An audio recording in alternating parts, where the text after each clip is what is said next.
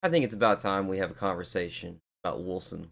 So last week during one of my live streams, I had a conversation on stream about how I'm really enjoying the story of Wolcen, but there's too many bugs. I think is the major issue. I wanted to do a review, full playthrough review of Wolcen because of all the issues we're having. I haven't been able to actually bring myself to sit down and play through the entire game.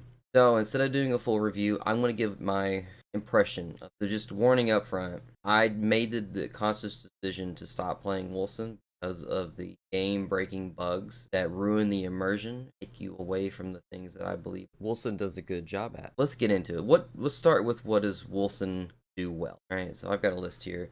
The number one thing that I find that Wolcen does well is that it gives you a compelling story. The characters are well voice acted and they immerse you into the world. You feel like you get a sense of what's going on, how society feels about magic, what's going on in the world. It gives you such a good immersion.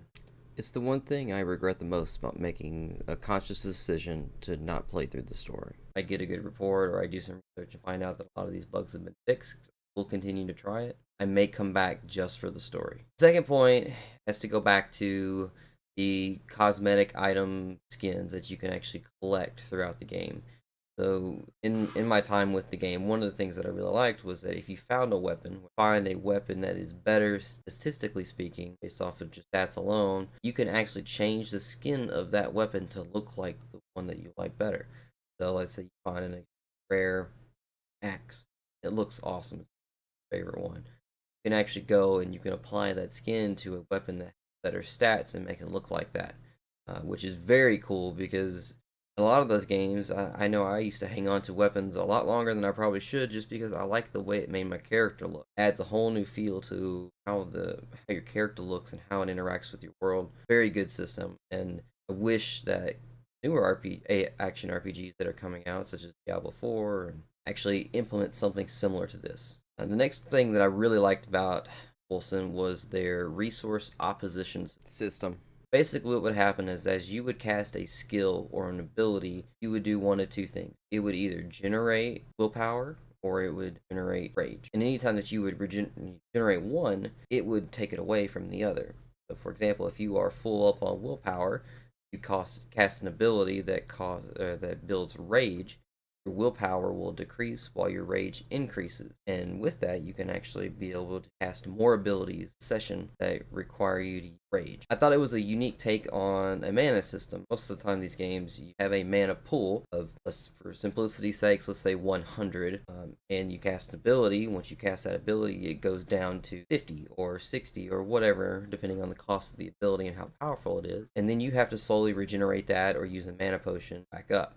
In this game, you can cast one of the opposite abilities that increases willpower or increases rage to decrease the other. You can kind of make this combo system. So, like, let's say, for example, I use an ability that allows me to leap across the map, cover a great distance, and do damage as I hit the ground. That will build up rage. Well, that's going to take away from my willpower, so I'm less likely to be able to cast a ability or a spell that uses willpower.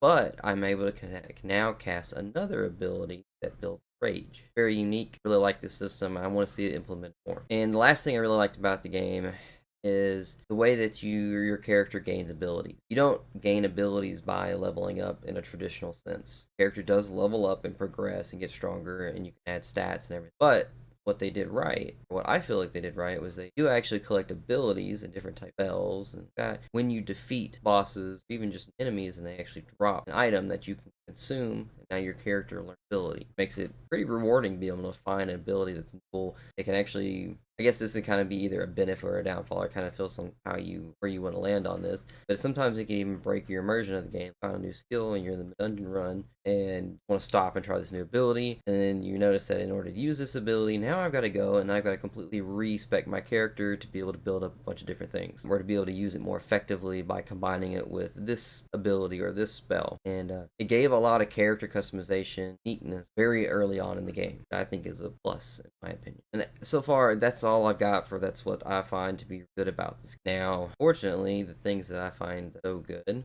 really do outweigh some of the things that are, for example, one of the main reasons why I've decided to stop playing it is that it's buggy. There's one instance which I'll show on screen. I think I have a small clip of it. Unfortunately, my capture software kind of crashed when I was in the middle of this boss fight. But one of the bosses that I was fighting, who has an ability to kind of teleport from one area another very quickly and do this onslaught of attacks. I really can't explain it very well because the character model of that boss was broken, and it's basically every once in a while you would just see him standing straight up with his arms out, but he looked like he was just a stick figure or a scarecrow, hanging on a stick. And all of a sudden, you're getting hit, and he's not moving. He's nowhere near you, and it made it very difficult to be able to fight that boss. And it really, unfortunately, it broke the immersion of the game. And it's not the only instance of this thing happen. There are certain types of monsters in the game where the hitbox was broken, or unable to target them, and they would move into certain. They'd have to move positions. I'm not sure exactly what was causing the hitboxes to mess up. It could have been, they could have been connected to a wall, not sure. But I do know specifically in one of the caves that I was in, flying bat-like creatures, and they were almost nearly impossible to target individually with basic attacks, which in Wolcen, the basic attack is bound to your left click. Gotta use it. You use it a lot. It helps you build up rage for a lot of your abilities, and it's very important. But when you're fighting a whole group of those, of about 10 to 15 of them, and you can't hit any of them because you're stuck and the hitboxes are broken, what do you do? The only thing you could do is use an area of effect ability or an AoE ability that would damage everything in the surrounding area, and that was how you would have to defeat them. Not a huge deal, but they were pretty prevalent with Cave and like fighting them, and didn't enjoy it. It's one of the reasons why this game, it wasn't just those two instances. I could probably get around it, but almost every area you go into, something is broken or glitched, doesn't work the way it's supposed to work. I don't want to play a game like that. Next thing that I don't like about Wolcen is their transformations. One thing I will say about these transformations before I get into the bad is that they look freaking cool. They do a really good job designing them. The problem is they're completely useless. The only thing I would say that's kind of a redeeming factor for them is if you get into a position where it's like, oh crap, I'm going to die, you can cast this transformation and you're basically immortal to that point. You can't die.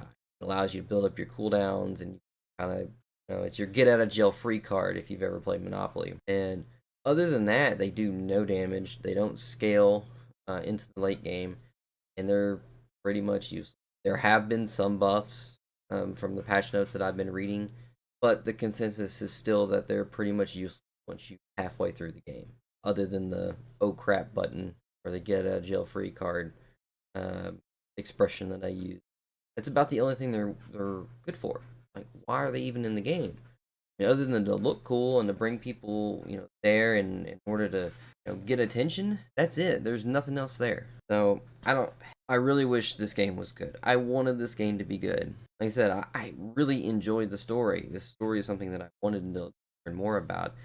One of the few times in an action RPG, other than Diablo 2, where I felt like I needed to know everything about the story. And I wanted to know more, I wanted to learn more, but the game in this state is not worth playing. I got one more complaint, and that is the skill tree. I will give them credit on the skill tree that they were trying to innovate a little bit with this. What they did is they had 3 different rings that are able to rotate and spin, be able to make different combinations, and how you spec out passive skills of your character. And they basically had like a node system like you would see in almost kind of like Skyrim is what it reminded me of. It had the constellations and stars where you would basically go to each individual node to be able to get an ability and you get leveled up. This is very similar to that, but you had the ability to basically, let's say you get a third of the way up the constellation in Skyrim, you could spin it and to make it and combine it with another constellation. It's the best example that I can come up with how this works. I'm gonna show it on screen so you guys can see it a little bit better.